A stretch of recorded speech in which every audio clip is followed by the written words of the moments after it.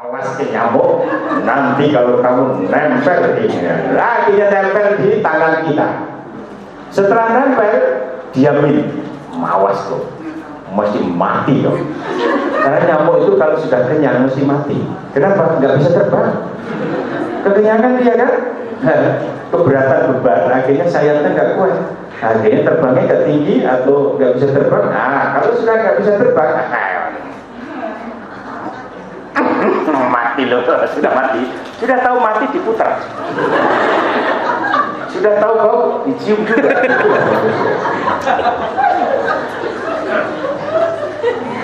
Jadi Allah paham, kita mahasiswa ya, mahasiswa sekali. Nah, gitu. Jadi coba, ini insya Allah nanti akan jadi apa? Jadi buku apa nanti pokoknya yang penting masuk aja gitu kan, baca, gitu kan.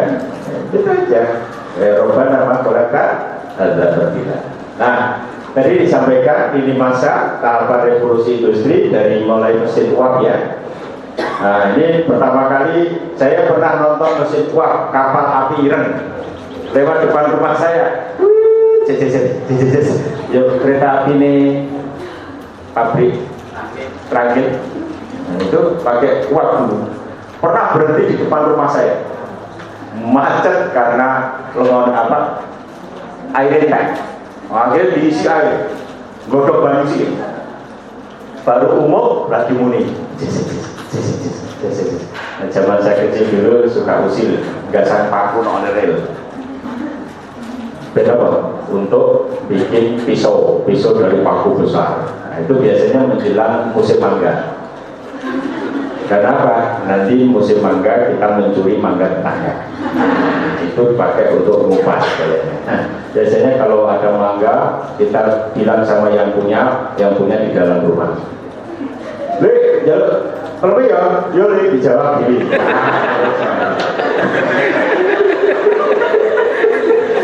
Jadi zaman kecil saya itu nakal juga ya sampai sekarang. Jalan kalau ya, le betul. Yang kedua nyolong tebu ya.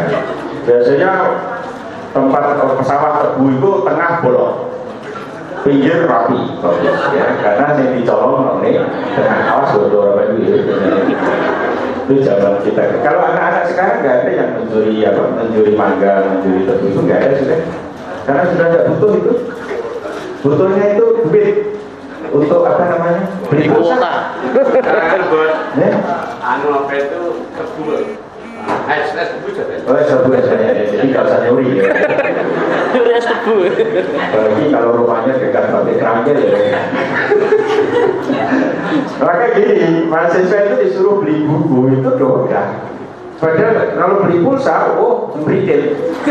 Padahal beli pulsa itu cepat habis. Kalau buku itu bertahun-tahun nggak habis. Maka istri yang paling bagus diwarnai duit 10.000 bisa setahun. Gue beli tanggalan. Setahun tak rampung-rampung. Cakal terus. Nah, jadi kemudian setelah itu ketemu listrik ya.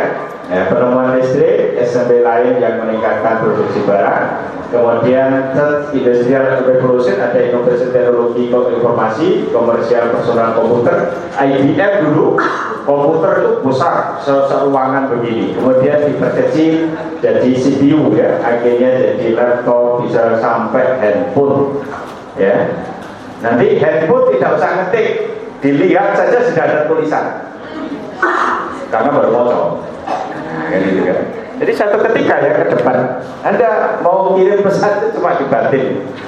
Jadi getaran kolbu itu ya. Karena kalau nggak salah di dalam kitab Durratun Nasihin itu dijelaskan sebelum Allah mencipta jasad manusia, Allah mencipta dua makhluk yang disemayamkan di dalam kolbu ya. Apa makhluknya itu? Satu namanya akal, yang kedua nafsu ya. Disemayamkan di situ. Yang gerakkan itu kan nafsu. Jadi getaran ada nulis akal, terus didorong, kemudian ada tulisan. Nah itu nanti jangan-jangan kita cuma batin itu sudah. Ini aliran kebatinan terus. Ya. Nah, kemudian di sini revolusi industri keempat, kegiatan manufaktur terintegrasi dengan penggunaan teknologi wireless, kemudian big data yang secara masif. Ini yang sekarang sudah kita rasakan ya. Jadi revolusi industri 4.0, ada yang mengatakan 4.0, 4.0 dan seterusnya apalah istilahnya. Jadi kalau yang buat orang luar negeri kita ikutin, tapi kalau ini kira-kira yang bikin saya masih tidak mau ikut. Ya. Saya menemukan economic value of time, sudah ada formulanya, nggak dipakai-pakai itu. Saya tawarkan ke bank-bank syariah, itu yang benar sesuai fatwa, nggak dipakai juga. Ya mungkin kalau saya sudah meninggal loh dipakai. Biasanya orang kita itu, penemu kita, dari kita mau dipakai itu setelah orangnya meninggal. Biasanya begitu. Tapi kalau masih hidup begini, jarang. Tapi alhamdulillah saya sudah jadi objek penelitian ya. Dan mahasiswa kita meneliti saya ya, kontribusi Muhammad dalam bidang ekonomi syariah. Lulus skripsi ya. Ya karena sudah diluluskan. Ternyata sudah 3 Pak yang jadi meriset saya. Satu mahasiswa IAIN Wali Songo itu dari inspirasi buku saya kecil, dulu proposal tesis, saya kasih nama bukunya itu prinsip-prinsip akuntansi dalam Al-Quran. Jadilah analisis pendapat Muhammad tentang ayat-ayat akuntansi dalam Al-Quran. Jadi skripsi ya. Yang kedua IAIN Jambi, analisis pemikiran Muhammad tentang harga jual murabahah yang syar'i. Karena harga jual murabahah yang sekarang itu belum syar'i, belum syariah, tapi baru syariah. Karena masih ada unsur nilai waktu uang. Di mana letaknya? Kan di situ harga jual beli sama dengan harga beli ditambah harga beli kali persen kali waktu kan? Ya. Saya langsung konfirmasi sama pelaku, padahal benar. Nah, di fatwanya nomor 16 apa? Harga jual beli murabahah sama adalah harga beli ditambah biaya ditambah keuntungan yang disepakati, kan begitu. Berarti kalau diformulasikan adalah harga jual beli murabahah sama dengan harga beli plus biaya plus keuntungan, kan begitu kan. Nah ini kan ada tenor Pak, ada tenor misalnya 2 tahun, 3 tahun, 5 tahun, itu waktunya ikut mana. Dalam kajian saya telusur, ternyata biayalah yang bisa mengikuti waktu, tapi keuntungan itu diambil sekali dalam satu transaksi. Pada saat ada orang melakukan transaksi 5 tahun, ya akarnya berapa kali? 1 kali kan? Tapi cicilnya 5 tahun kan? Berarti waktu akan biaya akan mengikuti waktu itu. Kalau nggak percaya, Mas Habib dulu kuliah di sini berapa semester? 8 ya? 1 semester bayar berapa? Nggak usah takut. Nggak bayar bro. Oh nggak bayar bro. Misalnya bayarnya 2 juta gitu ya, berarti kan 16 juta kan? Kalau misalnya ada teman Mas Habib itu selesai 10 semester, berarti berapa biayanya? 20 juta kan? Artinya semakin lama waktu yang kita gunakan untuk menyelesaikan proyek, semakin besar biaya yang kita keluarkan. Ini yang benar itu sekalian. Ya, jadi tapi kalau ada teliti di lapangan, insya Allah tidak banyak yang sesuai dengan fatwa tadi. Tapi ada masyarakat lagi, ini pengguna, ya konteksnya stakeholder. Saya kemarin datangi seorang ustadz. Misal katanya Pak Ustadz Muhammad punya bank syariah ya? Ya, alhamdulillah punya. Bank syariah Pak Ustadz sudah syariah? Sudah. Kenapa Anda mempertanyakan itu? Namanya kan sudah syariah. Jadi kan sudah syariah kan? Dengan lain. Iya, syariah itu sudah syariah. Nah, bertanya, maksud sampai gimana? Itu Ustaz, kalau ada biaya administrasi macam-macam itu gimana itu? Memang kenapa?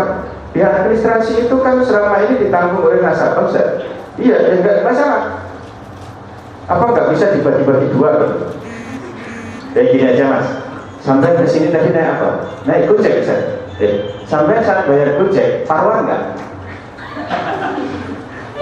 Naik Gojek, sampai bayarnya bisa 10.000, paruan nggak? Enggak kan? 10.000 kan? Ya sudah, itu aja contohnya. Kan gitu kan? Nah, Kalau misalnya kita naik gojek kok paruan, berarti kalau ongkosnya 10.000, saya cuma bayar 5.000 karena bapak juga naik. Begitu kan, di situ itu biaya terkait dengan proses kita mencairkan semua ini, tidak masalah. Nah terus itu kalau bermasalah ada penalti nggak? Oh kalau penalti itu cuma di sepak bola, bukan begitu kan? Terus kalau di Islam gimana? Ini Islam itu karena jenengan akadnya murabahah, berarti itu terjadi hutang.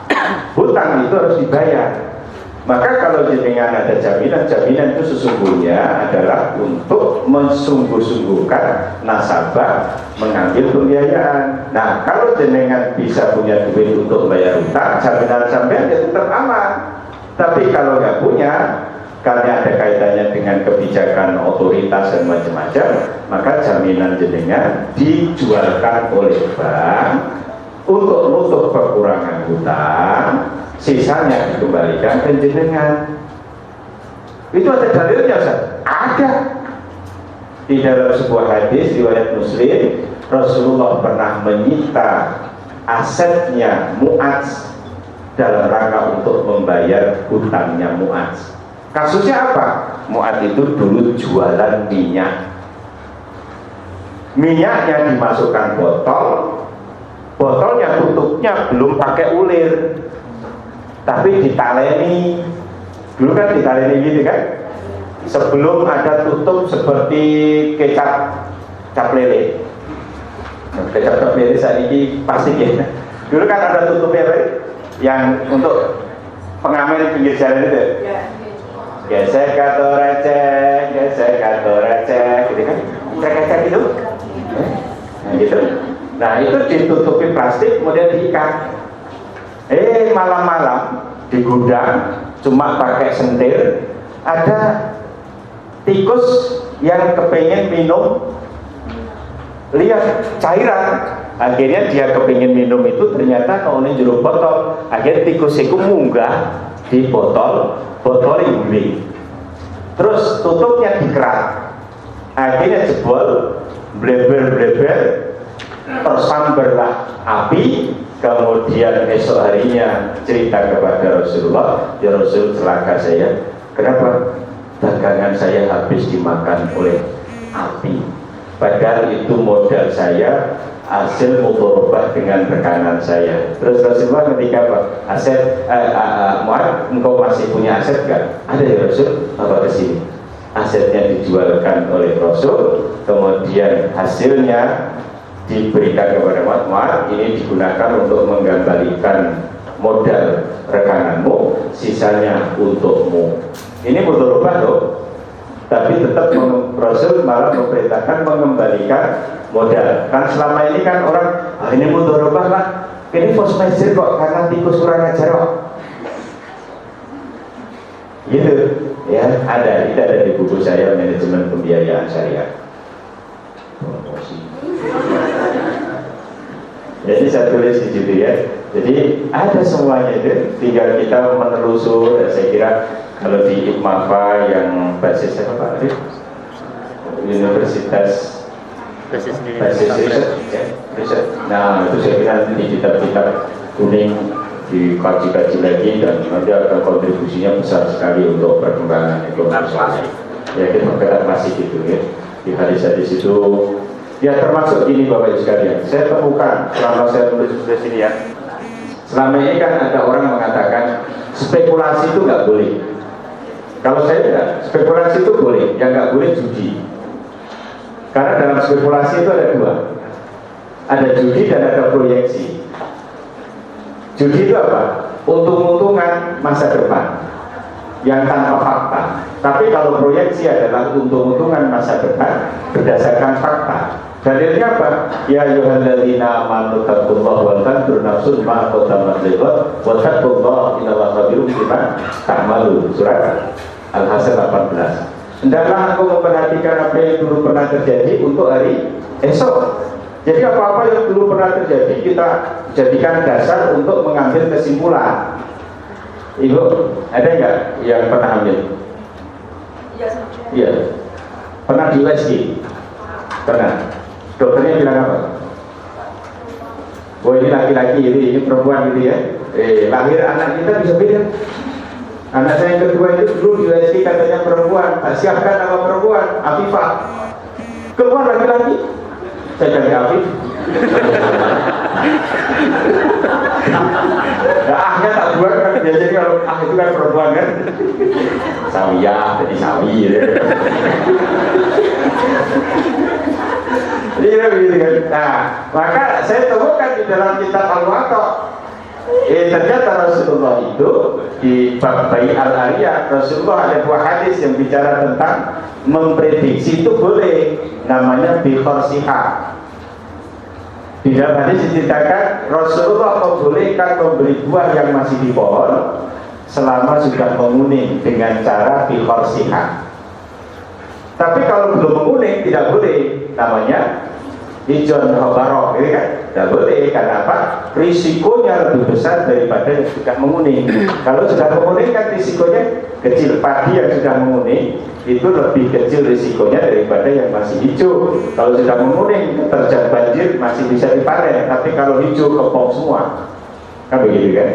Jadi maka kalau proyeksi itu ada bantuan alat statistik, misalnya ada Y sama dengan A plus BX, itu boleh.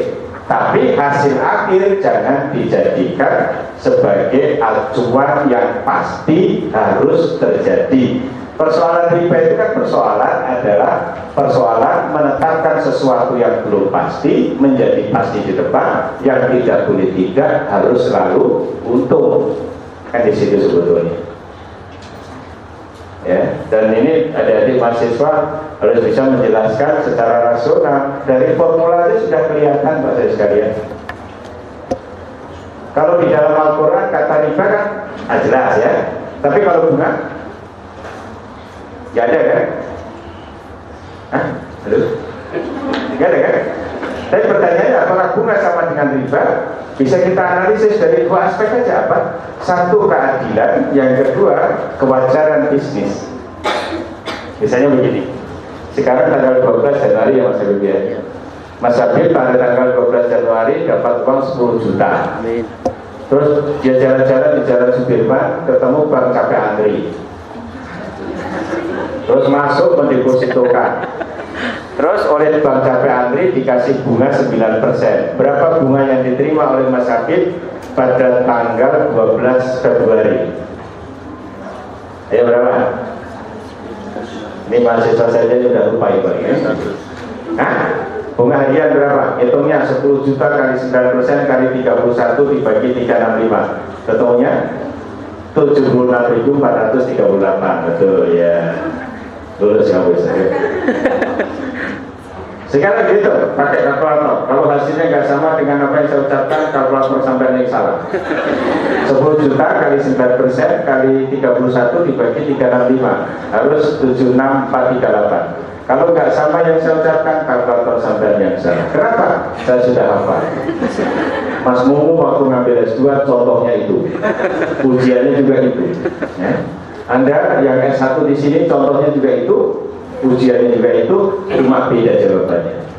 Kalau S1 sini berapa ketemunya? Kalau S2 bandingkan dengan bagi hasil. Kalau S3 kenapa rumusnya bisa begini? Sudah mau sih? Oh, yang bikin soal itu masih. Pertanyaan saya, uang 10 juta itu kalau diinvestasikan hasilnya pasti segitu nggak? Enggak, betul kan kata orang Madura? Kadang-kadang untung, kadang-kadang rugi. Jadi tidak tentu tak iya sama. Jadi fluktuatif, kadang-kadang untung, kadang itulah yang disebut dengan mudharabah. Ya kan? Kalau orang Jawa menyebutnya mudah robah. Mudah berubah-ubah. Ya, jadi nanti dengan temuannya ini akan memudahkan. Bandingkan saudara sekalian, kalau kita handphonean begini pakai kabel. Dulu bertemu orang mulai bingung, apa bisa orang berkomunikasi jarak jauh tanpa kabel? Nggak bisa waktu itu kan? Ternyata ditemukan. Seperti juga si Wright bersaudara Dulu yang bisa terbang itu asumsinya kan cuma burung dan malaikat. Sekarang semua orang bisa terbang, tinggal mau bayar atau enggak. Nah, pesawat sudah bisa. Nah, gitu. Anu Prof, Iya. Pak Butuh lah